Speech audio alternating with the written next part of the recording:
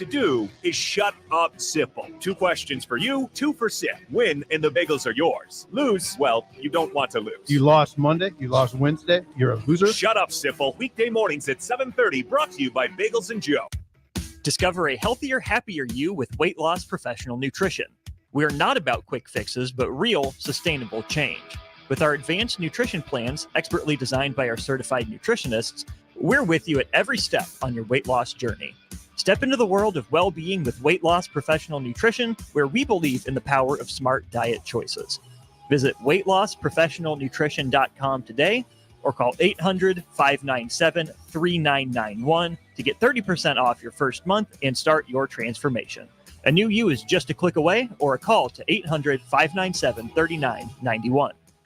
Early break with Sip and Jake. So he can maybe run a So like speed option, those things, all you want to do. Speed, I can't see much. It's also, look what you did. Look what you did. Look at Bill. Down. Come on Just now. calm down.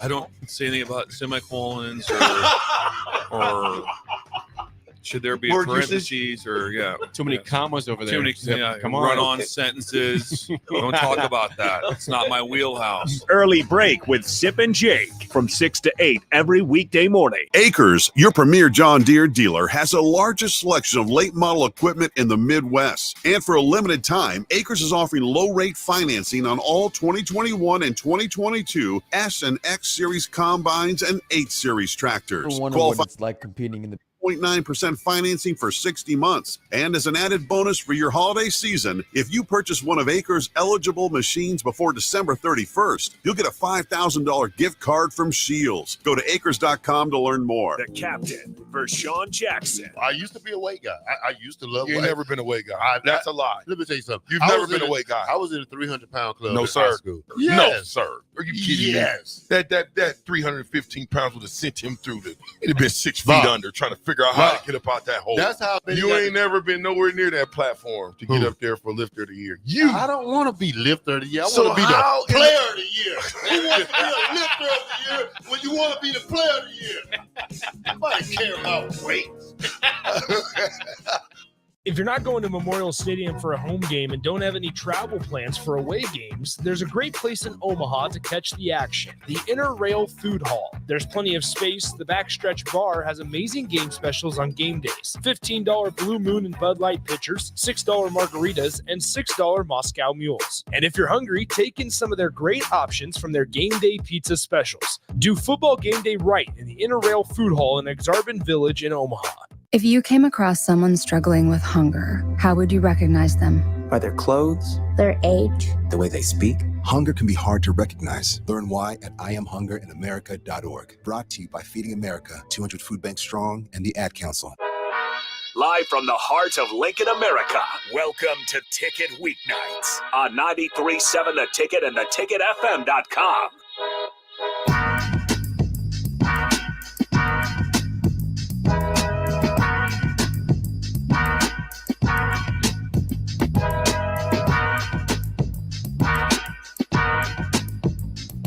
Welcome back, everybody, to the Niko Project live here every single Sunday from 1 to 2 p.m. And it is track season, everybody. In negative 20 degrees, negative 30 degrees, we are still running circles inside the Devaney Center.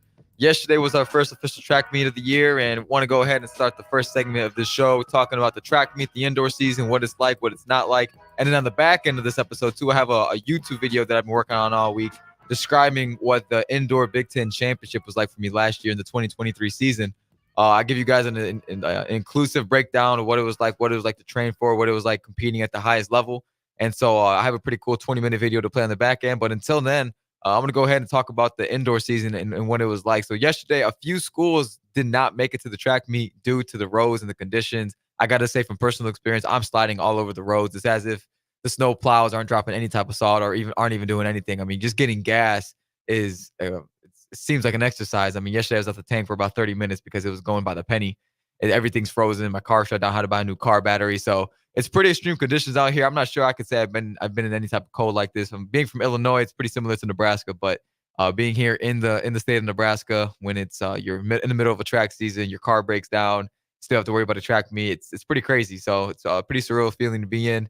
Before I got into the show, me and Harrison were talking about what it was like to, be in this kind of winter so-called depression is maybe that's the word we use for it, where it's hard to get to the gym, it's hard to stay motivated, stay positive through through all the coldness. It's easy to be cooped up in the house, man. But if I had to give any word of advice, it's the time to go get it. I actually have some weird reverse opposite thing going on in my mind. Whenever it's kind of winter like this, I like to get after it even more in a sense. I know a lot of people aren't out there working hard.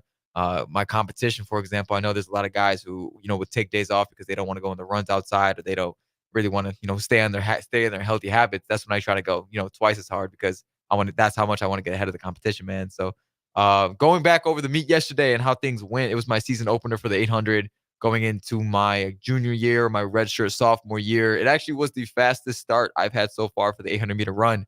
My freshman year, I started out the season with a minute 54. Last year, my sophomore season, I started out the season with a minute 53. And yesterday, fortunately enough, I came out and ran a minute 51.5 in the 800.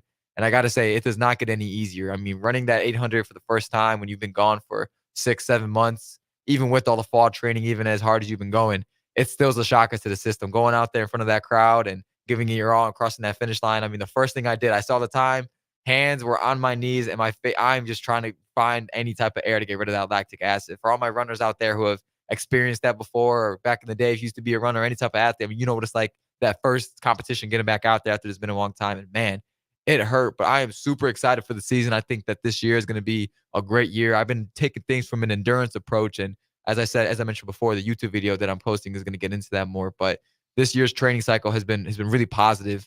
And I had a teammate yesterday too. Shout out Gabe Nash. He's a freshman from Iowa. He was a 151 runner back in high school, and come out here. And my goal was to try to get him under 150 yesterday. But like I said before, a lot of schools weren't able to make it out here. Kearney, for example, there's a minute 45 runner from Kearney by the name of Wes Ferguson. I'll shout out him. He was supposed to come down here and give me a run for my money, but unfortunately, their bus driver wasn't able to make the drive down here. So it almost felt like a practice rep in a sense. Not a lot of schools made it down there yesterday, but we have more meets coming up. January 20th, for example, we have the Mark Colligan. And then 2 weeks after that, Frank Savine. It's a really big track meet. It's the biggest one we host here inside of our indoor season here in Nebraska. A lot of good schools, a lot of good competition, a lot of alumni. A lot of Nebraska alumni from the 90s, from the 80s, from the early 2000s are going to be there checking out some competition. So I'll be competing next week in the 600-meter run.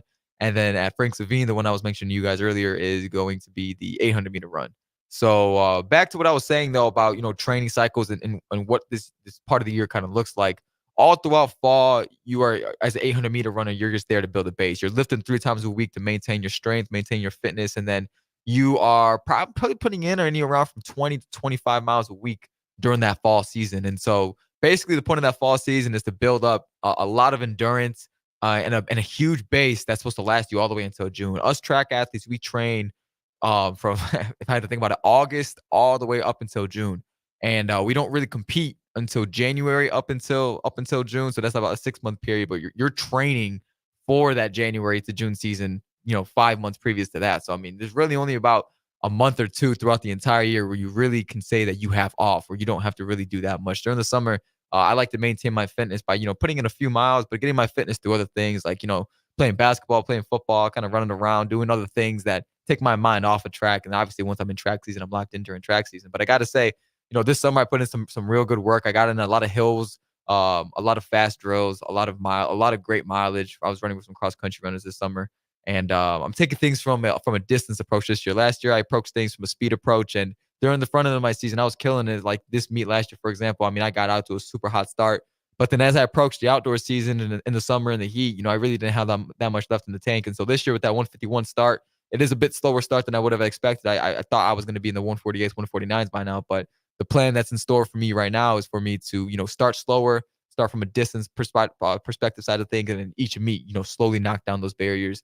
Hopefully next meet when I run the 800 at Frank Savine, as I mentioned to you guys, that's where I go like the 150, 149, and then Arkansas is after that. That's where I want to try to get the 148s. And so it's all just a cycle. So then by the time I get to the outdoor season, the analogy I like to use is I have a jetpack of endurance on my back. I'm like almost like extra oxygen to where I'm not even tired. But right now, I can't even lie to you guys. I was pretty tired after that 800. Like I said, that lactic acid, when your body hasn't gone that fast in a while. So I opened up my first 200 of that 800 in about 26 seconds. And when I was in the 7th and 8th grade, 27 seconds used to be my PR just for a 200 all out in general. But now I'm running that for the first, quarter of my 800. And so it's crazy the type of fitness you build throughout the years and the type of fitness that you maintain as you mature as an athlete. I never thought when I was, 14, 15 years old that I was going to be in this position now. When I was running 202s, 205s, I'm like, man, 148, 147 sounds impossible. But now that I'm 21 years old, I'm looking at like, dang, like that 144, that 143 almost sounds impossible. But then, I just put things into perspective. I like to remember where I used to be at when I was, a middle schooler watching these high schoolers run. I'm like, man, these dudes are flying. And then I was a high schooler watching these college guys run. I'm like, how do they do it? And now I'm a college guy looking at that next level, looking over that wall and seeing the professionals. Like, dang, what do I got to, put in order to become a professional? And so as I like to talk about here, I'm really big into content creation, really big into different things. And I have a YouTube channel. It's just my name. If you want to go ahead and look it up, it's called Niko Schultz. And recently I've been putting a lot of track content out just about, who I want to be as a track athlete and what it took to get to the Division I level. And there's a comment that was left yesterday about, hey, well, what's your routine and what's your diet? I've been following your videos. I'm a 2-flat runner. What did it take for you to get to that next level? And so when it came to my diet and my routine, honestly, consistency is the biggest part of my success. I got to say, whenever I'm the most consistent and my diet is very consistent, that's when, I'm able to strike on all cylinders. Last year when I PR'd in Arkansas and I ran 148, which was the number 5 time in school history for Nebraska, I noticed I was doing a lot of things. I was going to bed at the same time every single night, anywhere from that 10 to 11 o'clock, waking up around 7, 8 a.m., eating at the same exact time throughout the day, rather it was 9 a.m., 8:30 a.m. And I was just really locked in with my routine, really locked in with my discipline. I wasn't doing too many things that were out of the ordinary. I wasn't staying up until 1 or 2 a.m. playing video games.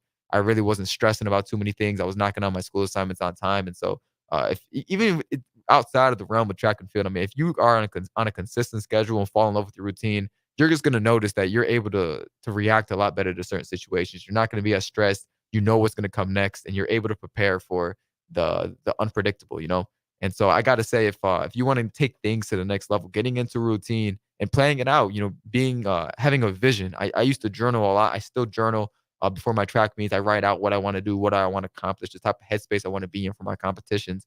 Being able to write out your goals and where you want to be in the future is key to your success. And it was key to my success last year, which is why I keep on doing. I keep on imagining things I want to be. On each one of my spikes, my left spike, I wrote the time 146. That's the goal for indoor season this year. That's my goal, is to match the school record indoor.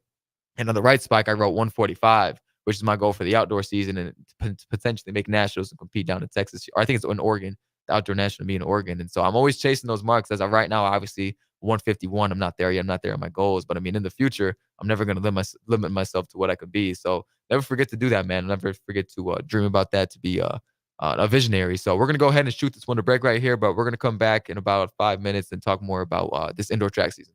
If you're not going to Memorial Stadium for a home game and don't have any travel plans for away games, there's a great place in Omaha to catch the action, the Inner Rail Food Hall. There's plenty of space. The Backstretch Bar has amazing game specials on game days. $15 Blue Moon and Bud Light pitchers, $6 margaritas, and $6 Moscow Mules. And if you're hungry, take in some of their great options from their game day pizza specials. Do football game day right in the Inner Rail Food Hall in Exarban Village in Omaha. A lot of work goes into making Nebraska, Nebraska. Keeping it green. Helping it thrive. Making it fun. Everything that goes into caring for our outdoors, from waters to wildlife, plays a big role in making Nebraska home.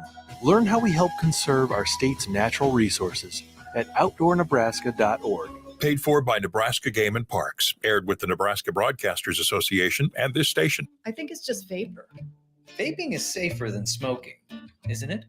There's really not even that much nicotine in them, right?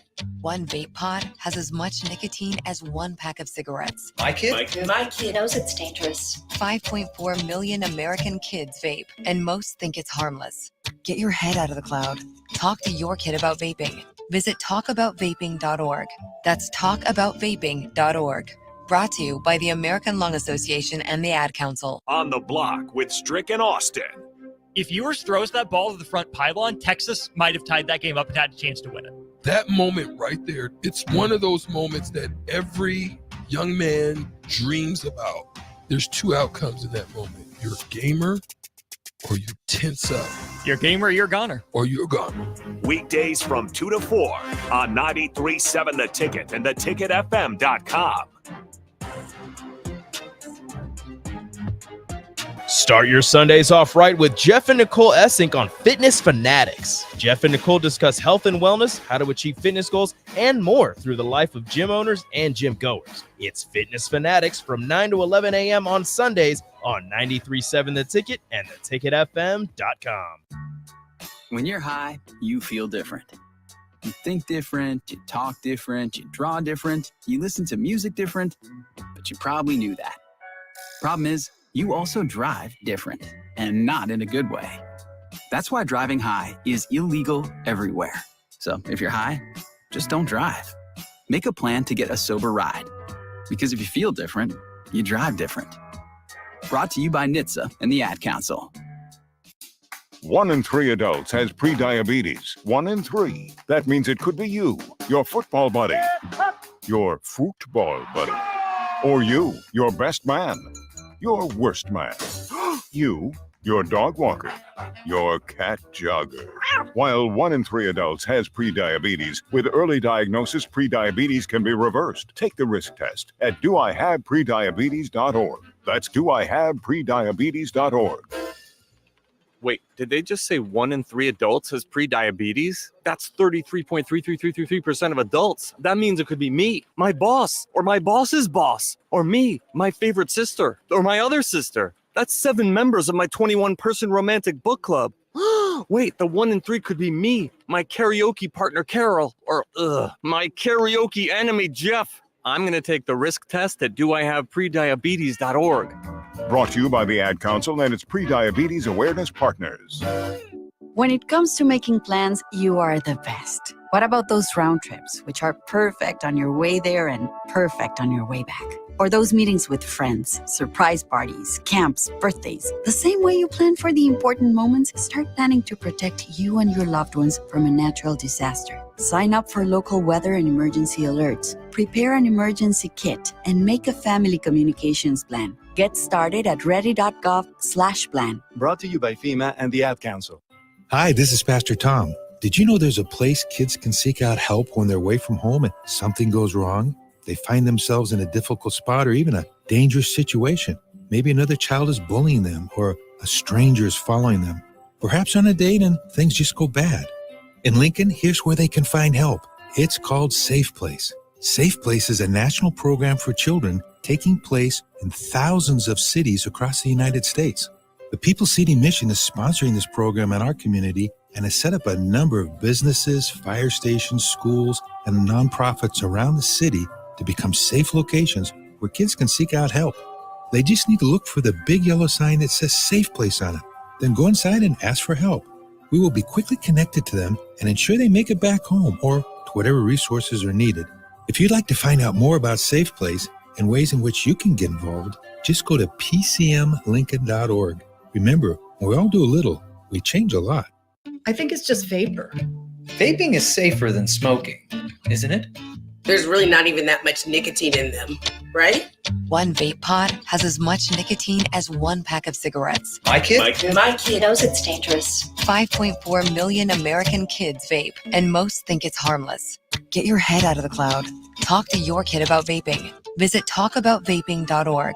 That's talkaboutvaping.org. Brought to you by the American Lung Association and the Ad Council. Back to the Ticket weeknights on 93.7 The Ticket and theticketfm.com.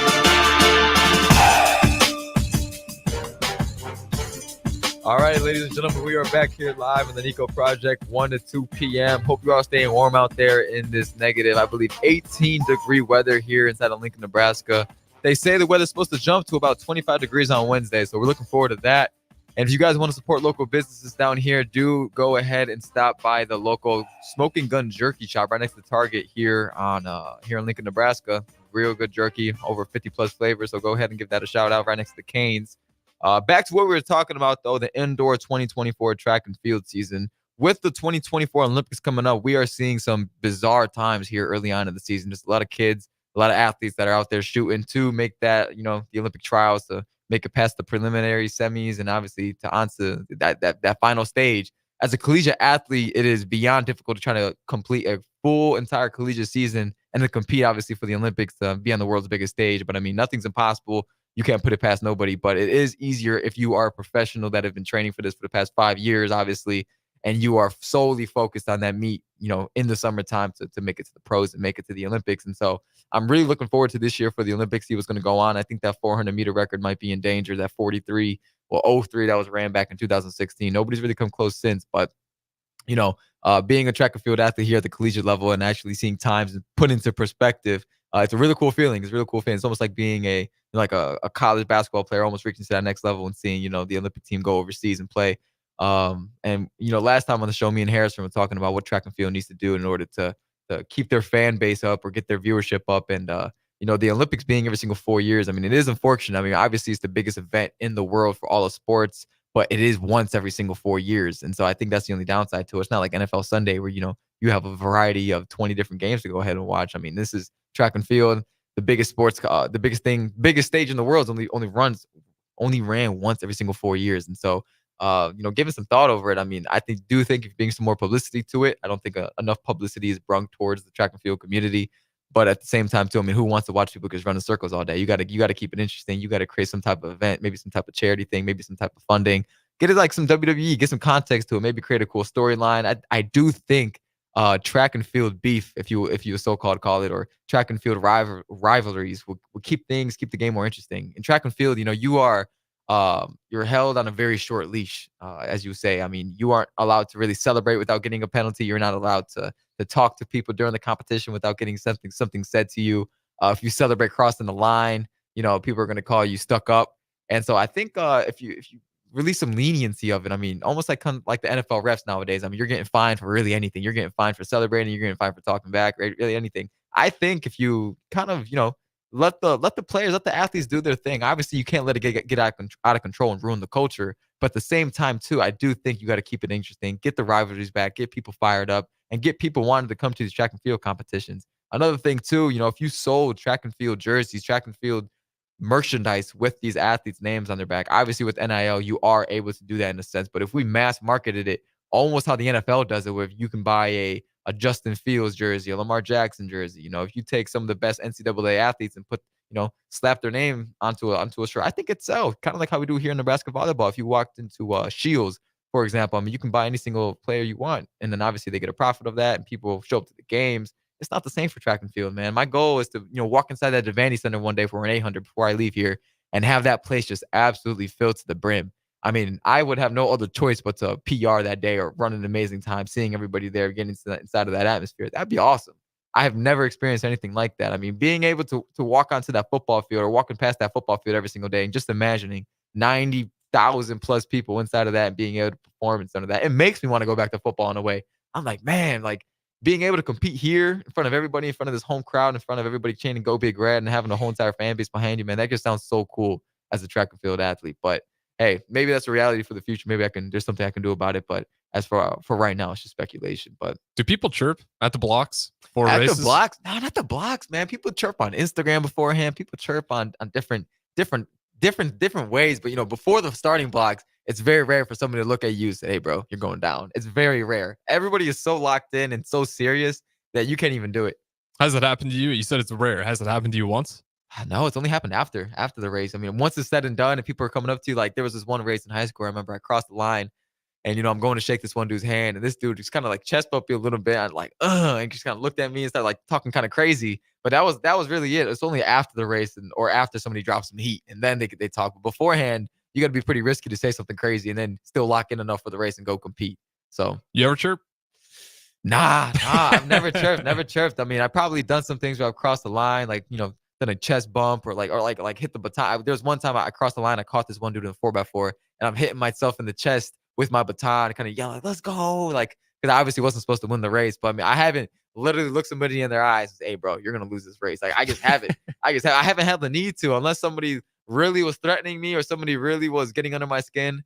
Then maybe I let it happen. But I like to be classy. I like to cross that line. Thank the officials for their time. They're very long track meets too. So, I mean, like, it's hard to stand there the entire time and moderate everything. So I like to keep things classy, leave a good name for Nebraska. But I mean, I haven't had the need to yet. But listen, if I drop some heat to the point to where I drop a time where, all right, who's this Niko guy? Like, to the point where I could become a professional, then maybe I would start showcasing myself a little bit more, marketing myself, maybe do a little dance after, say what's up. But as of right now, I don't think I'm fast enough to be celebrating. So what is some of that track etiquette? What are some of the things that you will immediately gain, what's the word, dissatisfaction from the track and field athletes if you From the perform community? this? Yeah. Definitely what you say in the post interviews. There's a lot of times where athletes talk crazy in the post interviews. Not a lot of people all like the humble people that are always giving the professional answers and stuff like that. People like the funny people that are saying like hilarious things, but not a lot of people like the athletes that have a lot of self-confidence in themselves. And it sounds funny because I use the word self-confidence instead of cockiness, because like if an athlete's out there and they win and they're expected to win and they tell the fans and everybody like, yeah, I was expecting to win this competition, or I was expecting to do this. A lot of people will be like, whoa, like, well, why is this guy so confident in himself? Why does he think he's better than everybody else? That I feel like is the toxic part of track and field. You have to be really humble and really careful with your wordplay out there. You have to obviously thank your coaches. You have to obviously say you do it for the fans, do it for the community, and then you as an athlete say, I trained really hard for this moment, and I was like kind of expecting the result. But I think cockiness and confidence is very hard to draw the line between the two. But anywhere near, that's where people are like, all right, we don't like this guy. So it's funny. It's funny how it works, but it has to be really careful. So where do you toe that line between cockiness and self-confidence? I think probably with Usain Bolt, and you probably don't know the other guy, but Noah Lyles. Do you remember Noah Lyles went viral for that one clip where he was talking about the NBA versus the Olympics? Yeah, something like that, right? So like, I think a lot of people don't like what he has to preach. I like what he has to preach personally. I think he's doing awesome things for the track and field community, but not a lot of people like that because he's a very self-confident guy. He's doing anime celebrations before his races. He's over here dyeing his hair certain colors, kind of looking like Goku some races, and it's cool. But then Usain Bolt, right? Take him, for example, broke the world record, giving people fist bumps before his competitions, super humble guy. Obviously, he shuts down his races once he's 85% done because he's just that good. Yeah. So people, when they see that, they're like, all right, that's just the best in the world. But when they see a guy like Noah Lyles, who's pretty close to that world record, pretty world-class athlete, once they see him saying remarks like that, he even had rappers and like really high celebrities, coming after him who didn't give a damn about the track and field community getting mad at him, So like, that's kind of where I draw the line. I think that's a pretty good example between Usain Bolt and Noah Lyles, a world record holder versus a world champion. So is Noah Lyles is that the most controversial thing he said was the NBA? Oh, like, why do they call them world champions? 100%. Yeah, you think you're a world champion? What? He's like, you do not compete. You don't even leave the United States. That got a lot of people fired up because people don't care about the track and field world. Once they saw this dude who is a USA champion, they're like, this dude runs in circles, man. Why do we have to listen to him? The NBA obviously is super big here, but I mean, it's not compared to what other countries do with soccer. Like, think about like the World Cup out there. I mean, things get real. People, I think soccer is so much bigger than any sport we do here in America, in my personal opinion. I mean, we're just it is the number one sport. 100%. And so I think that's why people were so fired up over that, because like we're such in like a little bubble here with our NBA, the NFL, NHL, MLB, with certain stuff like that we can't think bigger picture. But Noah Lyles, he thought bigger picture. He's like, dude, I'm over here facing people from Jamaica, all these different places throughout the world. Like, come on now. Like, becoming an Olympian is so much more than becoming an NBA champion. And that's why so many people got there like, what? No, we can't say that. But I mean, he's right. He's right. He proved himself right, because what happened? Didn't we lose when the NBA team traveled this year for the Olympics again, right? Yeah, our team. They lost. We lost, right? It's nothing like that when we had Kobe or LeBron back in the early, 2010s. Like, now we're going to have to assemble the dream team again, kind of like how we had to do in 96, like how we had to do in 2008, 2012. So, yeah, he hit it right on the head. I disagreed with him hard. You think so? What was your perspective on it? Well, he the best team in the world is still in the NBA. 100%. So that's world champions. If we do bring the right pieces together. But if you think about it, though, it's really hard for the NBA guys, for example. Like, if you bring Steph Curry, and then you bring Jokic, and then you bring LeBron, and then you bring Wendab, or what's his name? Victor Wembanyama. Yeah, Wembanyama, right? If you put them all on the same team, it's going to take a little while for that chemistry to build, You don't think a team with LeBron? Yeah, but that's the thing too, and this is why I say it's world champions, because so many of the best players are foreign. Mm-hmm. If those leagues were just as great, they'd go somewhere else in Europe or Asia, right, and play. But it's in the U.S. The NBA is the best of the best. You got Luka, Giannis, Jokic, right, all these foreign players. That's if they decide to represent the USA, though. Yeah, but that's when we're getting into the Olympics. The Olympics, like, if you're representing the U.S., you can argue the U.S. might not be the best team anymore. Mm-hmm. You can argue the NBA is the best talent and has the best team. Like, I'll take the NBA Finals team versus all the world teams every time. So, like, that's why I think it's fair to say the NBA Finals winner are world champions because it's composed of guys from all over the world that go play in the NBA because it is the best for basketball. So if you win it in the finals, you won it in the best NBA, or not best NBA, best basketball division in the world champions. Where do all the best basketball players want to go? Right. NBA. If you're the best, you're going to the NBA. Unless you get some weird, very specific ties. But even for a guy like Jokic, who just wants to ride horses back in Serbia, he's playing in the NBA. So like, I always think, I understand why you don't want to call it world champions, like whatever. If you want to get that out of the title, that's fine. But the idea that the NBA team isn't the best basketball team in the world, that's where I'm like, I think you're pushing it a little bit. Like those guys are the best. Yeah, 100%. But at the same time, too, winning an Olympic level, an Olympic medal, and then calling yourself a world champion. I mean, don't you think that weighs a little bit more than what the NBA has done? I mean, at least in recent years. You're world champion if you win the Olympic medal. The biggest problem is just like the name. It's just the name world champion for the NBA. Right. You can name it whatever you want. I'm just going to look at that, the best basketball team this year. Right. So do you think if, we were able to, we got a text in the call line. He says, never mind. I'm not going to. Is it blasphemous? It's on Twitch. Yep. Okay. Good one. Good one from Senior. We won't read that one on the FM airwaves, but nonetheless, appreciate you joining the show. And you can always feel free to do so. Facebook, YouTube, Twitch, Twitter, Allo Channel 961. What was your quick rebuttal there before we go to our next break? Quick rebuttal about all that. I mean, I think that, as I was saying, if you can duplicate, human beings, you take, let's say, for example, that 2016 Cavaliers team that beat the Warriors and that whole entire dynasty. If you put them against a world team, like think about who Kobe Bryant back in 2008 had to beat in order. Paul Gasol was out of Spain, right? Yep. Would that LeBron team beat that Spain team? Because you had everybody on that team. You had LeBron, Kobe Bryant, Carmelo Anthony. You had a lot of ballers, and they still barely snuck away. I mean, that team in Spain was very respectable. Does that 2016 team with Kevin Love and all those different guys, do they beat that 2008 Spain team? I think they got a shot. It's tough. This is the thing about basketball. One and dones are a lot easier. I mean, we just saw Purdue beat number 1 Purdue and then just go lose to Iowa. Right. A team who, yes, they're 8-1 at home, but defensively they're not great. I think with basketball, anytime you can have Purdue losing to the St. Peter's Peacocks, but if it's like a 7-game series, I'm gonna bet on that NBA. That Spain team's a very good example though, because that was a really, really good Spain team. Right. And plus that you have prime Kobe Bryant, prime LeBron, prime Carmelo. Yes. But if I remember right, Spain shot lights out. Way higher clips. Higher clips than they ever averaged throughout the entire Olympics, let alone in their own respected leagues. Right. So again, that's kind of like the one-off perfect game scenario. But yeah, I'm still gonna roll.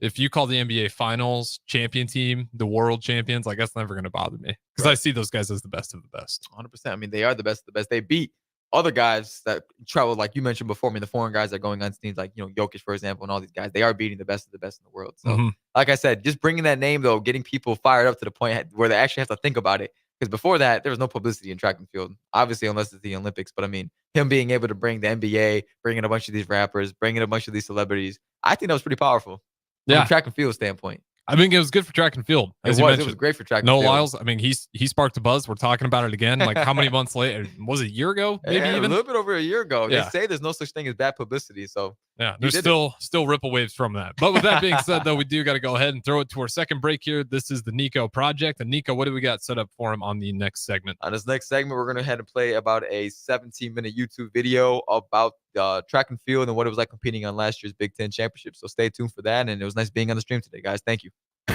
Hey guys, Jake Sorensen here from Early Break. The garage door at our house has been needing replacement for a couple years, and a few months ago, we finally did something about it. Steve's Garage Doors and Services was great through the whole process in providing options and also going to the next level to get a door that was approved by our HOA. And best of all, the removal of the old door and installation of the new door was done smoothly with no issues. Call Steve's Garage Doors and Services today at 402-480-2840. Acres, your premier John Deere dealer, has the largest selection of late model equipment in the Midwest. And for a limited time, Acres is offering low-rate financing on all 2021 and 2022 S and X Series combines and 8 Series tractors. Qualified buyers can earn 3.9% financing for 60 months. And as an added bonus for your holiday season, if you purchase one of Acres' eligible machines before December 31st, you'll get a $5,000 gift card from Shields. Go to acres.com to learn more. The Ticket. Okay. Playing 93.7 The Ticket. Alexa, turn down the lights. Dimming the lights. Alexa, order a pizza. The big one. All the toppings. Are you sure that's a good idea? Alexa. That's a lot of pizza for just one man. Alexa, just do it. Stop judging me, just do it. As you wish. Thanks, Alexa. You're my best friend. Alexa, play 93.7 The Ticket. Okay. Playing 93.7 The Ticket. Alexa, turn down the lights. Dimming the lights. Alexa, order a pizza. The big one. All the toppings. Are you sure that's a good idea? Alexa. That's a lot of pizza for just one man. Alexa, just do it. Stop judging me, just do it. As you wish. Thanks, Alexa. You're my best friend.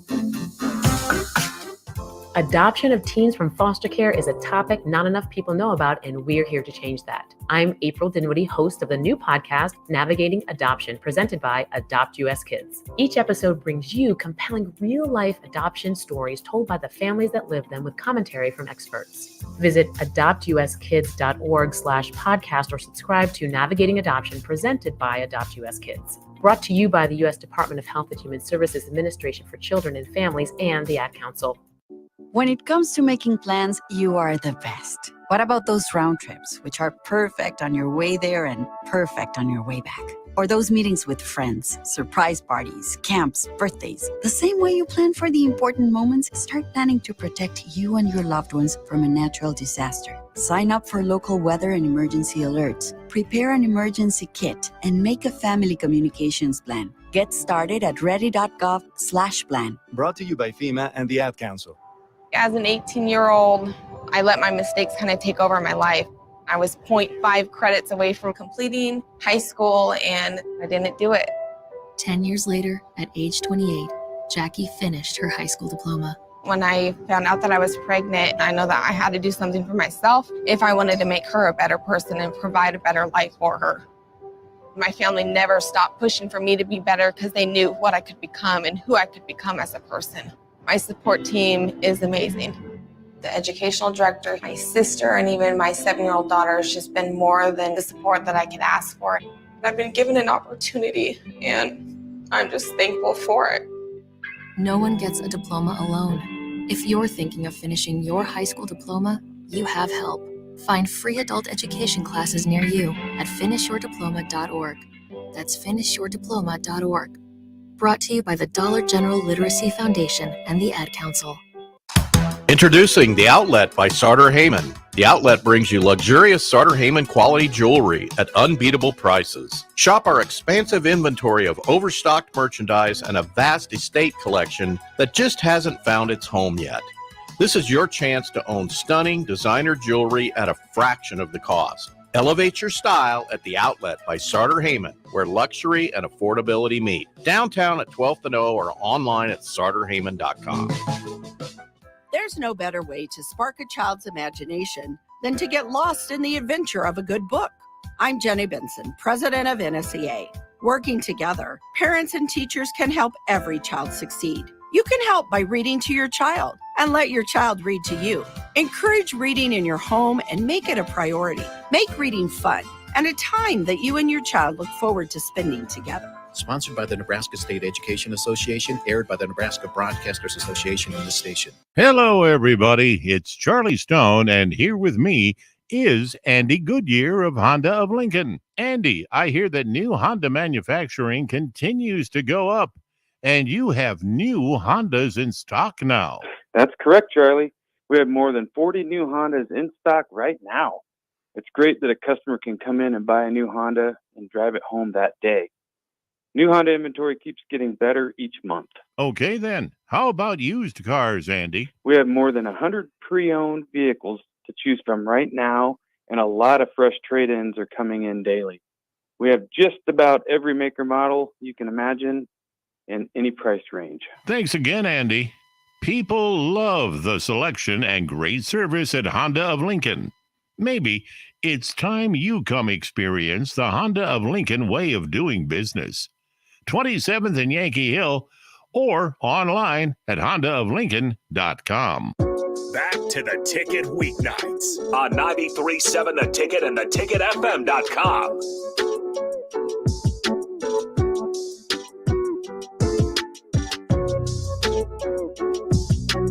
All right, welcome back to our final segment here on 93.7 The Ticket. You are listening what it's like competing in the Project, and so here I have a YouTube video that I made throughout this past weekend, and it is going to be about the Big Ten Championships here in 2023. So I got some visuals if you want to go into YouTube and check it out. But if not, if you're on the road, if it is an inconvenient time for you to watch it, just go ahead and listen in to what I had to say about the Big Ten Indoor Championships and my finals race in the 800. Thank you, guys. Have you ever wondered what it's like competing in the Big Ten Conference? Well, you came to the right channel. Nice to meet you guys. My name's Niko Schultz. I'm an 800-meter runner here at the University of Nebraska-Lincoln, and I'm here to tell you guys today what it was like competing in the Big Ten Championship. Now, I've competed in 2 Big Ten Championships in my time here in Nebraska. Unfortunately, my freshman year I was injured, so I was not able to travel with the team. But fortunately enough, this past year, my sophomore or freshman redshirt year, I was able to go to the Spire Academy, which is in Ohio, and it's a 300-meter track. And now for my non-track and track and field athletes out there who are still trying to figure out what the sport is, a 300-meter track is very rare. It's usually only run in indoor facilities kind of like this. I'm pretty sure Spire Academy is an all-around athlete facility, basketball, football, tennis. So the Big Ten decided to sign a contract with the Spire Academy. And so every single year for about, I think these past like 6 or 7 years, all the Big Ten schools meet inside the Spire Academy and compete. And so the racing strategy, at least for my event, gets kind of turned on its head a little bit. Normally on an indoor 200-meter track, a regular 200-meter track, it would be 4 laps around. But with this new kind of 300-meter track, you kind of have to innovate a bit. Your 400-meter mark's a bit thrown off. And I believe it's only 2.5 laps instead of 4, if I can remember correctly. But without further ado, I want to give you guys an insider look and insider access of what it was like to compete at this championship. So this meet, I went and there is a preliminary round. There were 5 heats of, I believe, like 6 or 7 athletes. And in order to advance to the next round, you either had to get 4 or top 4 time qualifiers, so the top 4 fastest time from any heat automatically get to the next round. And then it was the top 2 finishes from each heat make it to the final round. And outdoor, it's a little bit different, but like I said before, 300-meter track indoor, it's a bit different with the rules. Actually, each time qualifier in this exact race I'm about to show you guys was taken within the first heat. They got out crazy fast. I believe the opening 400 was in like 50 point or 51. The first 600 was like 117. It was insane. And so I knew that the only way I was going to get into that final was going to be placing top 2. And that's the next point I kind of want to get into is strategy. Strategy at these championships are insane. Any time that it took to get into this race does not hold true anymore. It matters who finishes the race first on that day and who is the fastest on that day.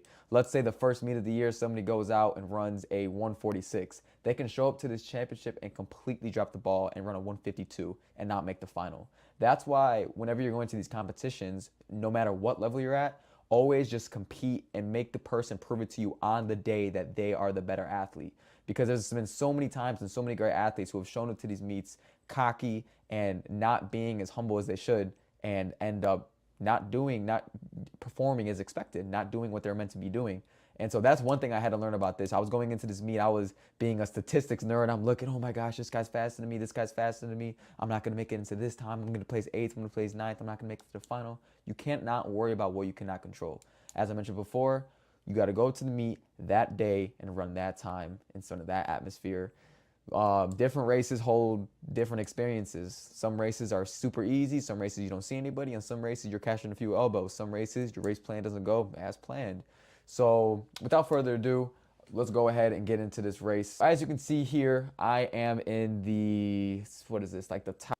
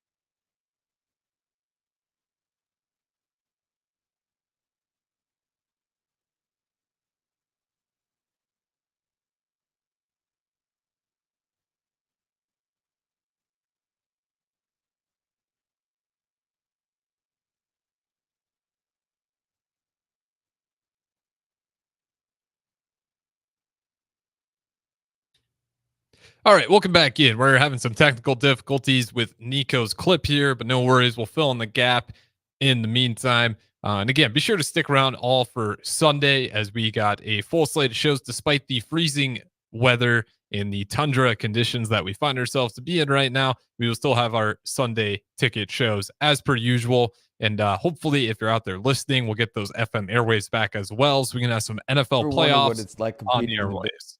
And Niko, I think it's about like right there actually is about where we left off. So if you can get that going here, preaching about free energy. perfect. I'm always And we'll let that preaching play. about getting out fast, right? I'm always preaching about getting out fast, getting out strong, kind of being a front runner. And in this race, that was just not the case. I've never raced anybody in the 147s before. I've never really even been in a race previously before this where everybody has broken 150.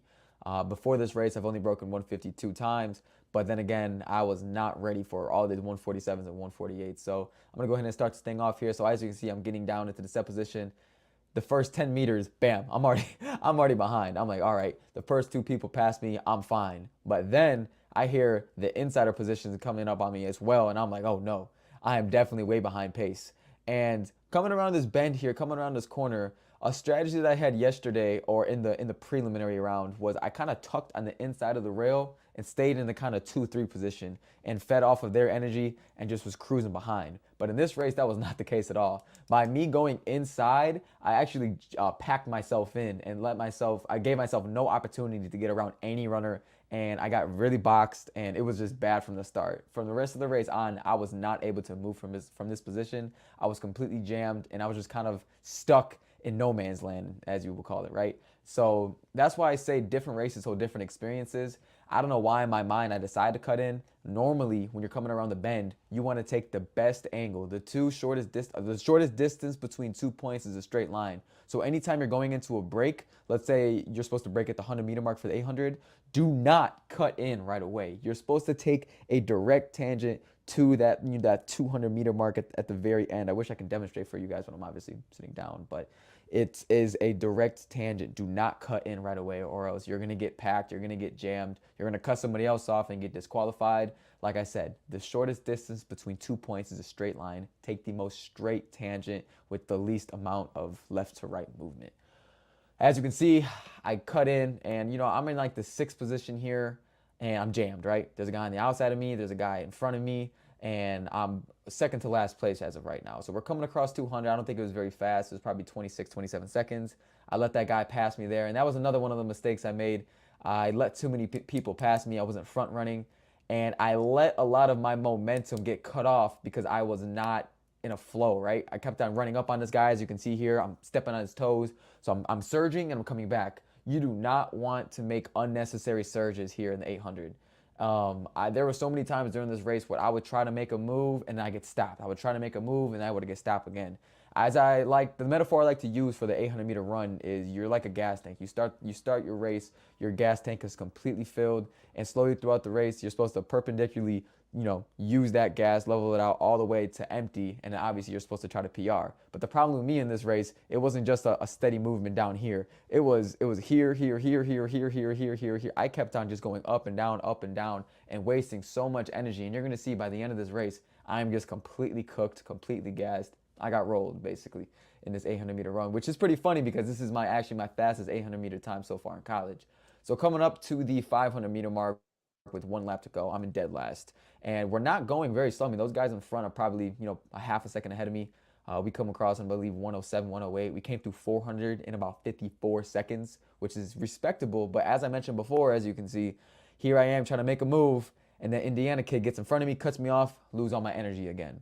You do not want to do this. When you make a move in college or make a move in any level, make that move confidently. Do not hesitate. What I should have done there was made that move regardless if that guy was in front of me. I should have swung wider and got around him so that I had better positioning. But instead, I tried making the move. I failed in making the move, had to lose my momentum, and then try to regain it again. As I say in track and field, in any event, you do not get steps back, rather for better, rather for worse. Each time you take a step, it's either going to be for better, it's going to be for worse. If I take a step that's powerful and my foot is dorsiflex, I'm going to get propelled forward and I'm not going to use that much energy. But if I'm surging super fast, taking too many steps, I'm burning energy and I'm not going nowhere. And in this case, I was not going nowhere. I got stuck behind and I paid for it. And so here we are coming up with about 150 meters left. And as you can see, it is a very close race. I mean, I am not that far off from any of those guys. And you're going to see here the winner was actually in 5th place. So here I am. I make a move again with everything I have left. But as you can see, I'm in about lane 3, and I'm going to finish the race in, I think, lane 4. But we are all in the mix here. I don't have the announcer's point of view. I tried getting it before this, but I wasn't able to do it. So this is actually from YouTube, from one of the other runners' moms. But it's big rainy. I was right neck and neck with the Big Ten champion. As you can see, the guy from Penn State right there. He just had a better kick than me. I mean, it looks like I'm catching everybody, but at the same time, too, everybody's kicking. And as I like to say in the Big Ten Conference, or in college in general, everybody's fast. No matter your division, no matter your race, no matter what you're doing, there's going to be people from any division and any school that will have a good day and run faster than you sometimes. And that's just the reality of the race. Doesn't matter where you go. People are fast anywhere. And here I come on the final lap. As I mentioned before, I pushed to lane 4, out-kicked, and yeah, that's basically the race. And it was so frustrating, too, because as you can see, I'm going to put my hands on my head. I'm super frustrated. I'm like, man, I just sold my first Big Ten title, my first ever shot at the Big Ten championship, and I was the first one to walk off the track because I was so frustrated because I knew I was capable of a lot more than what I had shown on that track that day. I knew that I had a 147 capability within me. I knew that my training and everything leading up to it was based to make